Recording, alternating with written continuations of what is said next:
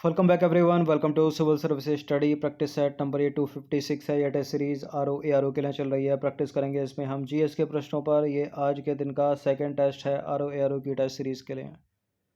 अक्टूबर के पहले हफ्ते में फॉर्म आ जाएगा इसका, तो प्रैक्टिस करते रहिए, समय कम है।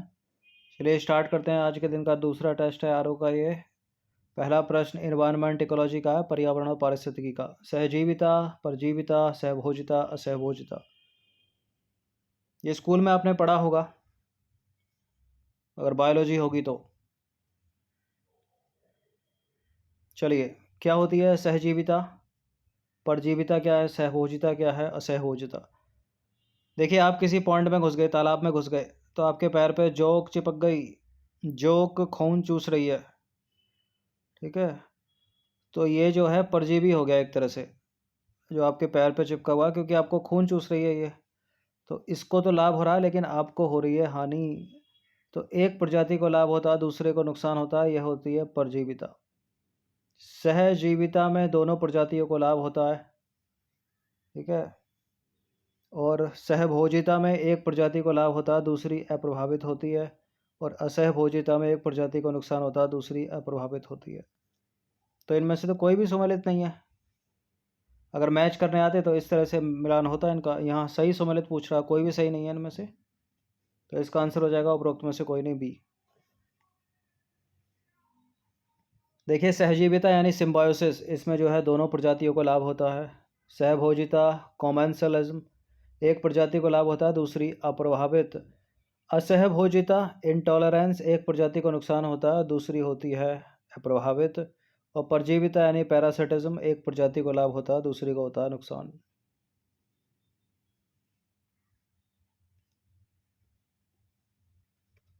ये नंबर इस पर कॉल या व्हाट्सएप करके आप फुल टेस्ट सीरीज प्राप्त कर सकते हैं आर ओ की। दूसरा प्रश्न है हिस्ट्री का। कल्हण के संदर्भ में कौन सा कथन सही है।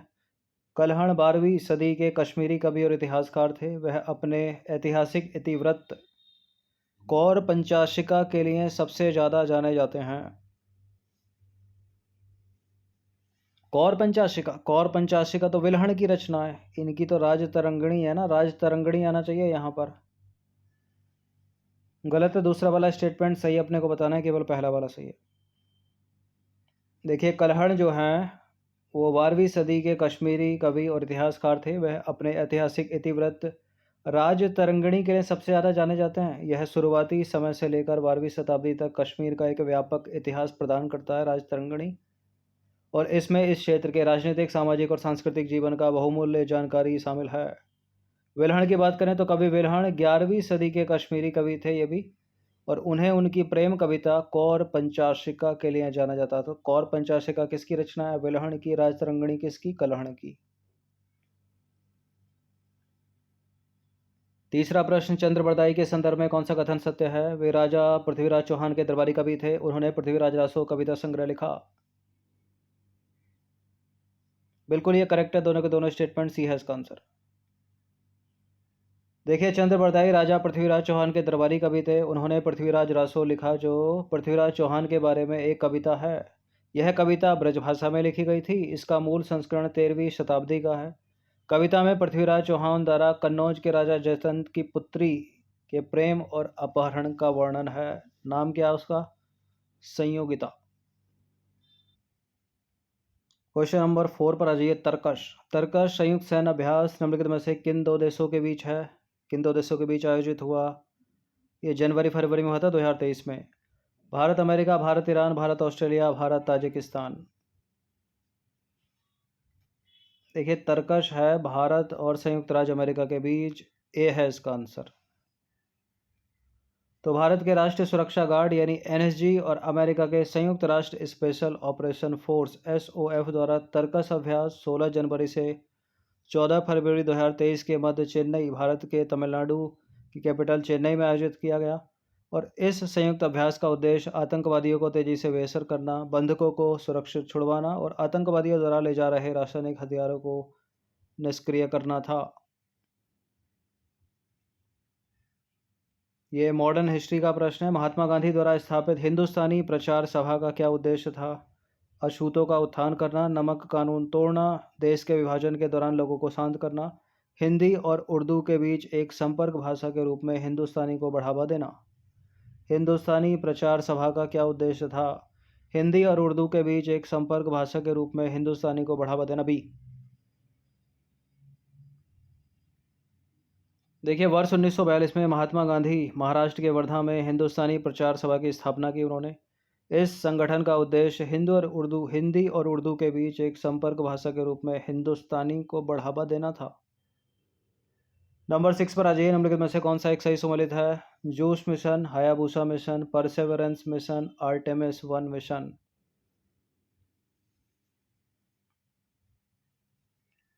जूस मिशन जो है वो है बृहस्पति के वायुमंडल और चंद्रमाओं का अध्ययन करने वाला मिशन। हायाबुसा 2 मिशन क्षुद्र ग्रह का नमूना एकत्र करने वाला मिशन। तो पहला दूसरा गलत हो गया। लो, ये तो एलिमिनेट हो गया। इनमें से कोई भी सही नहीं है। सी ही होगा इसका आंसर फिर। परसेवरेंस मिशन मंगल पर जीवन के संकेतों की खोज करने के लिए, और आर्टेमिस 1 मानव रहित परीक्षण उड़ान। तो उपरोक्त में से कोई भी सही सम्मिलित नहीं है। सी है इसका आंसर। देखिए, जूस मिशन ये है यूरोपीय स्पेस एजेंसी का एक मिशन है जो बृहस्पति यानी जुपिटर के वायुमंडल और चंद्रमाओं का अध्ययन करता है, जिसमें उनकी संरचना और गतिशीलता शामिल है। और आपको पता हो कि वर्तमान में सबसे ज़्यादा जो सैटेलाइट हैं वो जुपिटर के ही हैं।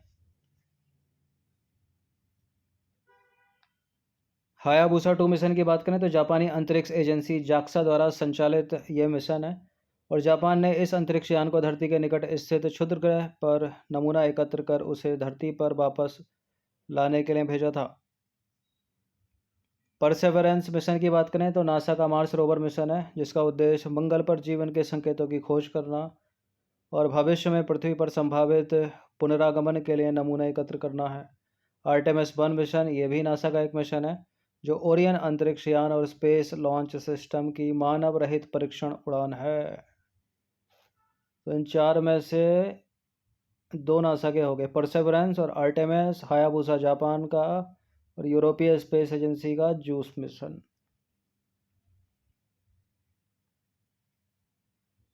क्वेश्चन नंबर 7 पर आ जाइए।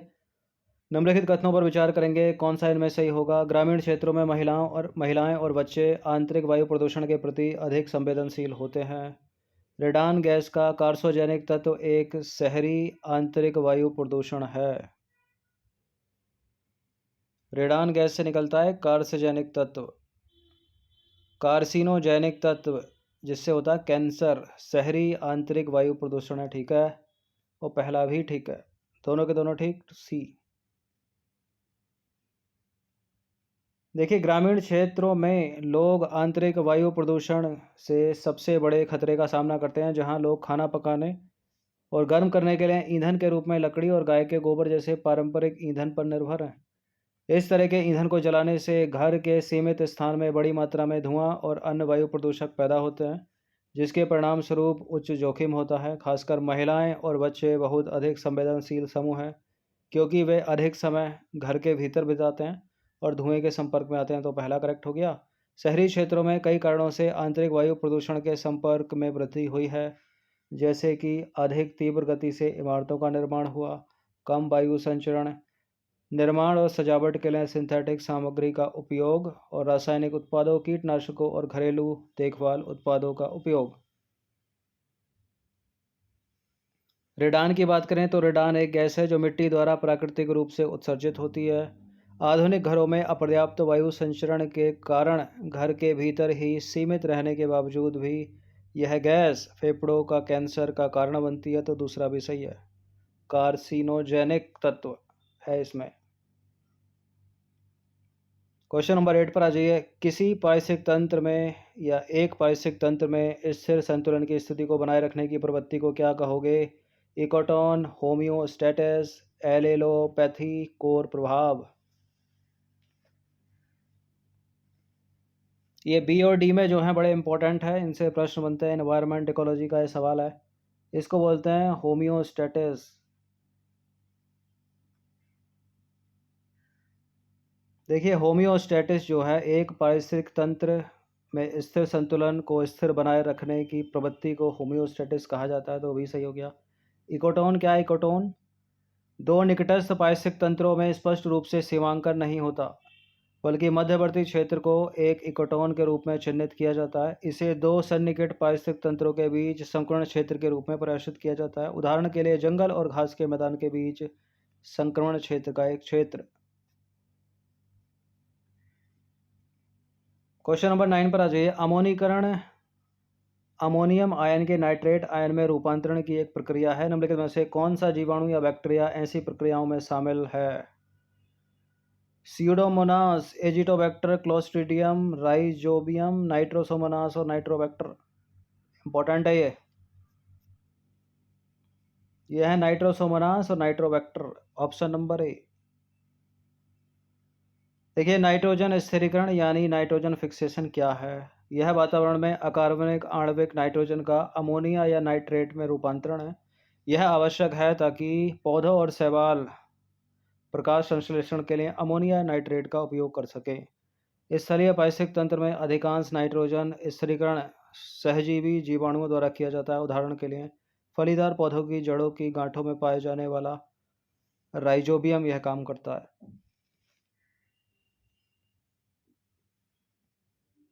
और जीवाणु पौधों से भोजन प्राप्त करते हैं और पौधों को जीवाणु से उनकी जड़ की गांठों में प्रयोग करने योग्य नाइट्रोजन प्राप्त होती है। अब नाइट्रोजन चक्र में शामिल जो अन्य क्रियाएं हैं ये भी इंपॉर्टेंट है, इनको पढ़ लीजिएगा। जैसे कि अमोनीकरण यानी अमोनिफिकेशन, नाइट्रिफिकेशन और डीनाइट्रीकरण। चलिए एक फ्रेम में इनको ले लेते हैं। अब एक में इसको क्वेश्चन नंबर 10 पर आ जाइए। निम्नलिखित में से कौन सा क्लटर को परिभाषित करता है? रिहायशी इलाकों में रात में आसमान का चमकना, प्रकाश का उस स्थान पर गिरना जहां उसकी आवश्यकता ही नहीं है, प्रकाश स्रोतों का चमकीला, भ्रमित और प्रचुर समूह, अत्यधिक चमक जो दृश्यता में अवरोध का कारण बनती है। इन सबको कुछ ना कुछ कहा जाता है। क्लटर है प्रकाश स्रोतों का चमकीला, भ्रमित और प्रचुर समूह, सी।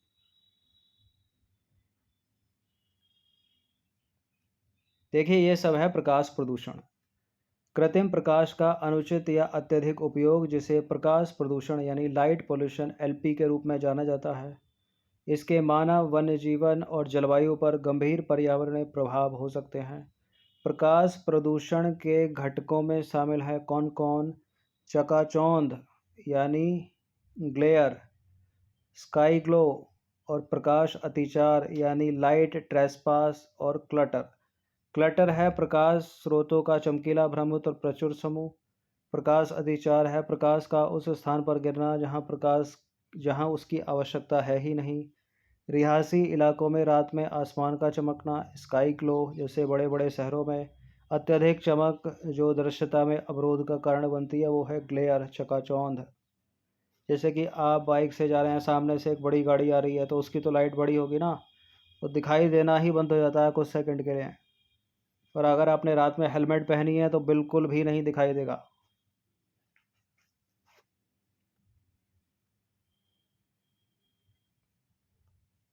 ग्यारहवां प्रश्न है, प्राकृतिक कृषि के संदर्भ में निम्नलिखित कथनों पर विचार करेंगे। प्राकृतिक कृषि में जैविक या केंचुआ खाद का उपयोग नहीं किया जाता है।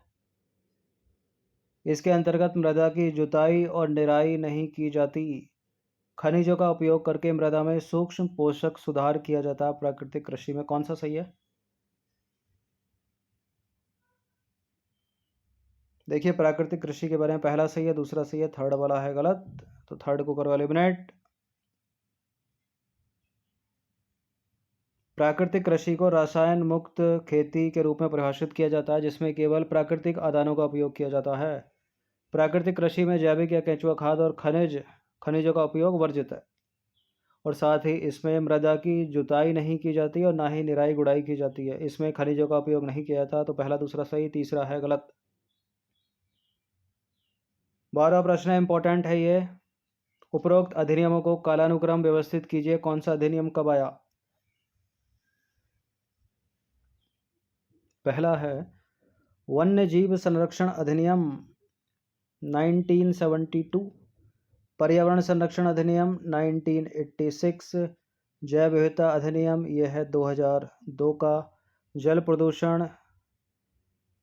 प्रदूषण की रोकथाम और नियंत्रण अधिनियम यह है 1974 का। वन अधिकार अधिनियम यह है 1980 का। वायु प्रदूषण की रोकथाम और नियंत्रण अधिनियम ये होगा 81 का या 86 का। फिलहाल इसका जो बनेगा सबसे पहला 1972 ही सबसे पहला आएगा, उसके बाद आ जाएगा 1974, यानी 1 और 4 बनना चाहिए। कहीं है 1 और 4? 1 4 6 2 3 5, तो डी है इसका आंसर। देखिए, स्टॉकहोम सम्मेलन के उपरांत हमारे देश द्वारा पर्यावरण संरक्षण हेतु ठोस विधायी कदम उठाए गए, जैसे कि वन्यजीव संरक्षण अधिनियम पारित किया गया 1972 में, जल प्रदूषण की रोकथाम और नियंत्रण अधिनियम 1974 में, वन संरक्षण अधिनियम 1980, वायु प्रदूषण की रोकथाम और नियंत्रण अधिनियम 1981 का है वो, और पर्यावरण संरक्षण अधिनियम 1986, जैव विविधता अधिनियम 2002 और वन अधिकार अधिनियम 2006 का है। सॉरी, 1980 बोल दिया क्या, 2006 का है। 1980 है वन संरक्षण अधिनियम। तो ये इसको जो है एक फ्रेम में ले लेते हैं, इंपॉर्टेंट है सारे के सारे, और इस बार यूपी पीसीएस में ये पूछा गया था। क्वेश्चन नंबर 13 पर अजय निम्नलिखित कथनों पर विचार करेंगे। 2 स्टेटमेंट, कौन सा सही होगा? ग्राफीन दुनिया में सबसे अधिक विद्युत और ताप प्रवाहकीय सामग्री है।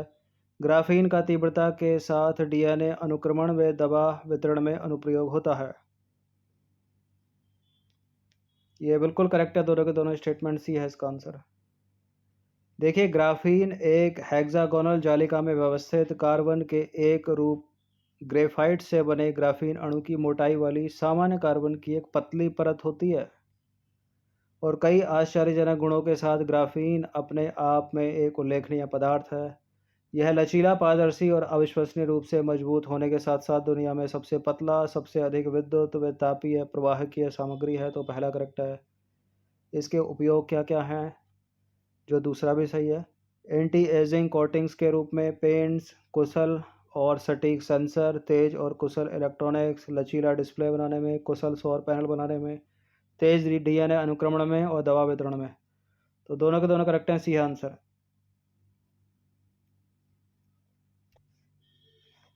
अब आ जाइए क्वेश्चन नंबर 14 पर। ये 3 स्टेटमेंट वाला प्रश्न है, कौन सा इसमें करेक्ट होगा? रामसर कन्वेंशन आर्द्र भूमियों तथा उनके संसाधनों के संरक्षण, उनके बुद्धिमत्तापूर्ण उपयोग हेतु रूपरेखा प्रदान करता है। चिल्का झील भारत की एकमात्र आर्द्र भूमि है जो मॉन्ट्रेक्स रिकॉर्ड में सूचीबद्ध है। देखिए, चिल्का झील कभी थी मॉन्ट्रेक्स रिकॉर्ड में, लेकिन हटा दी गई। केवलादेव है। मॉन्ट्रेक्स रिकॉर्ड में केवल 2 ही हैं, एक केवलादेव है, एक और है। और भारत के कुल भू क्षेत्र का 4.6% भूभाग पर वेटलैंड है, आर्द्र भूमि है। बिल्कुल सही है यहाँ पर तीसरा और पहला। तो जहाँ जहाँ 2 है उसको हटा दीजिए, केवल 1 और 3, इसका आंसर हो जाएगा सी। देखिए, आर्द्र भूमियों पर हुए कन्वेंशन, जिसे रामसर कन्वेंशन कहा जाता है, एक अंतर सरकारी संधि है। यह आर्द्र भूमियों और उनके संसाधनों के संरक्षण और बुद्धिमत्तापूर्ण उपयोग के लिए रूपरेखा प्रदान करती है, तो पहला सही है। और इस कन्वेंशन को वर्ष 1971 में ईरान के रामसर शहर में अपनाया गया था, जो वर्ष 1975 में लागू हुआ। तब से लेकर अब तक विश्व के सभी भौगोलिक क्षेत्रों से संयुक्त राष्ट्र के लगभग 90% सदस्य कॉन्ट्रैक्टिंग पार्टीज, जिसको कॉप बोलते हैं, अपना चुके हैं। और वर्तमान में भारत की 2 आर्द्र भूमियाँ मॉन्ट्रेक्स रिकॉर्ड में शामिल हैं। कौन कौन सी? एक तो राजस्थान का केवलादेव राष्ट्रीय उद्यान, और दूसरी मणिपुर की लोकटक झील। उड़ीसा की चिल्का झील को मॉन्ट्रेक्स रिकॉर्ड में रखा गया था, लेकिन बाद में इसको हटा दिया गया, तो दूसरा गलत है। क्योंकि तीसरा सही है। भारत में लगभग 4.6 भूमि आर्द्रता के रूप में है, जो 15.26 मिलियन हेक्टेयर क्षेत्र को कवर करती है भारत में।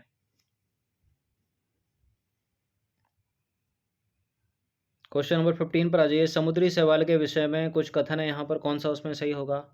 समुद्री शैवाल एल्गी ब्लूम के लिए जिम्मेदार अतिरिक्त पोषक तत्वों को अवशोषित करते हैं। मन्नार की खाड़ी में समुद्री शैवाल पाए जाते हैं। समुद्री शैवाल समुद्री पारिस्थितिक तंत्र में पाए जाने वाले सभी भारी धातुओं को अवशोषित कर सकते हैं। ऐसा है क्या? सभी भारी धातुओं को अवशोषित कर सकते हैं ये?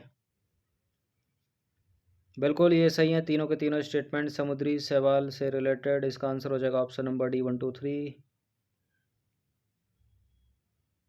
ये कुछ एक्सप्लेनेशन है इससे जुड़ी, इसको पढ़ लीजिएगा। तीनों के तीनों स्टेटमेंट सही हैं। क्वेश्चन नंबर 16 पर आ जाइए। निम्नलिखित युग्मों पर विचार कीजिए और कौन सा सही सुमेलित होगा वो बताना है।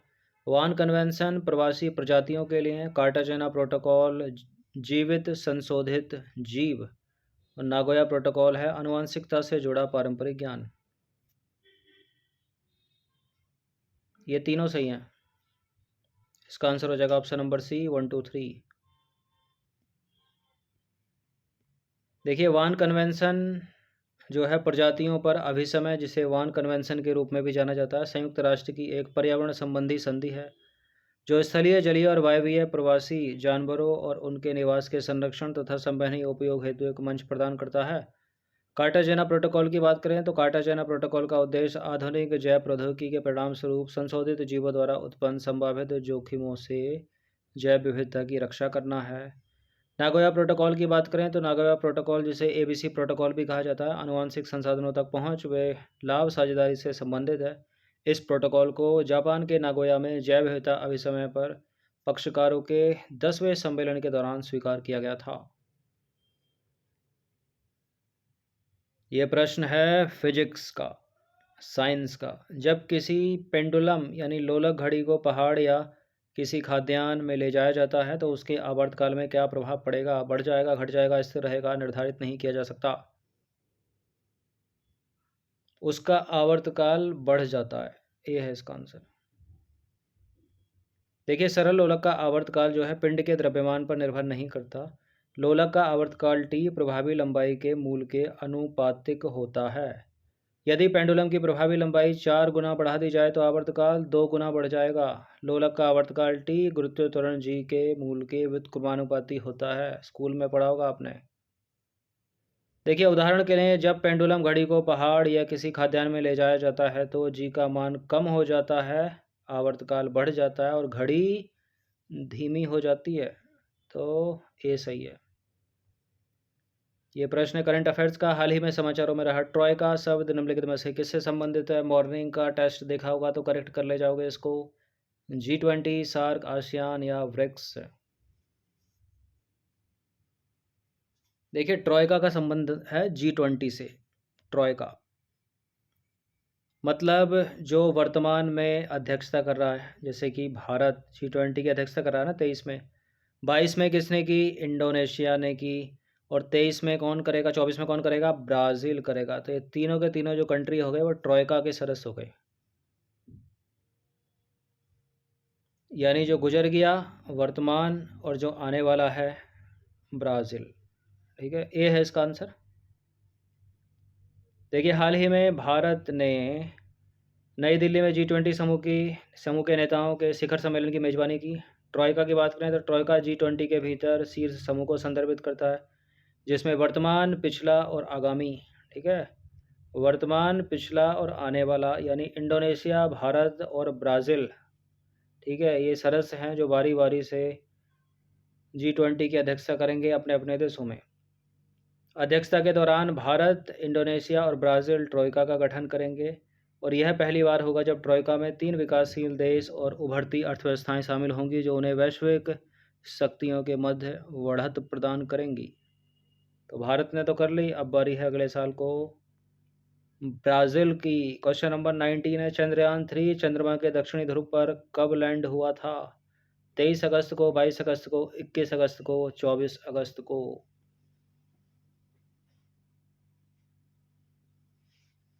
देखिए, ये लैंड हुआ था शाम को 23 अगस्त 2023 को। चंद्रयान 3 के बारे में छोटी सी जानकारी। चंद्रयान 3 चांद पर खोजबीन करने के लिए भारतीय अंतरिक्ष अनुसंधान संगठन यानी इसरो द्वारा भेजा गया तीसरा भारतीय चंद्र मिशन है और इसमें चंद्रयान 2 के समान एक लैंडर और एक रोवर है, किंतु ऑर्बिटर नहीं है। प्रक्षेपण तिथि भी याद रखिए इसकी, 14 जुलाई 2023 को प्रक्षेपित किया गया ये 2:35 पर दिन में, और लैंडिंग तारीख थी इसकी 23 अगस्त 2023 को शाम को 6:04 पे। 20वां प्रश्न अंतिम प्रश्न है, ज्योग्राफी का प्रश्न है, ये इंपॉर्टेंट प्रश्न है। पृथ्वी के संदर्भ में निम्नलिखित में से कौन सा स्टेटमेंट सही नहीं है? पृथ्वी की दैनिक गति की वजह से दिन और रात होते हैं। पृथ्वी सूर्य के सबसे नज़दीक 4 जुलाई को होती है। जब पृथ्वी सूर्य के बिल्कुल पास होती है तो उसे उपसौर कहते हैं, यानी पेरिहेलियन। और पृथ्वी की धुरी उसकी कक्षा से 66.5 डिग्री तक झुकी होती है। कोई गलत है क्या इसमें?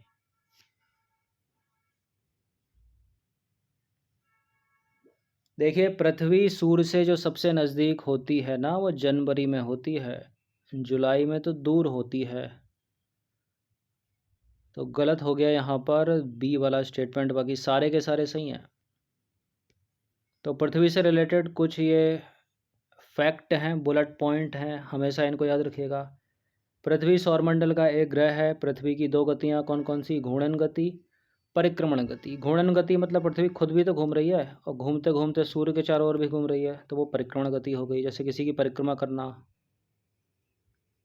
घूर्णन यानी रोटेशन गति को दैनिक गति कहते हैं और परिक्रमण गति को वार्षिक गति कहते हैं। यानी परिक्रमा सूर्य की 1 साल में तो करती है पृथ्वी।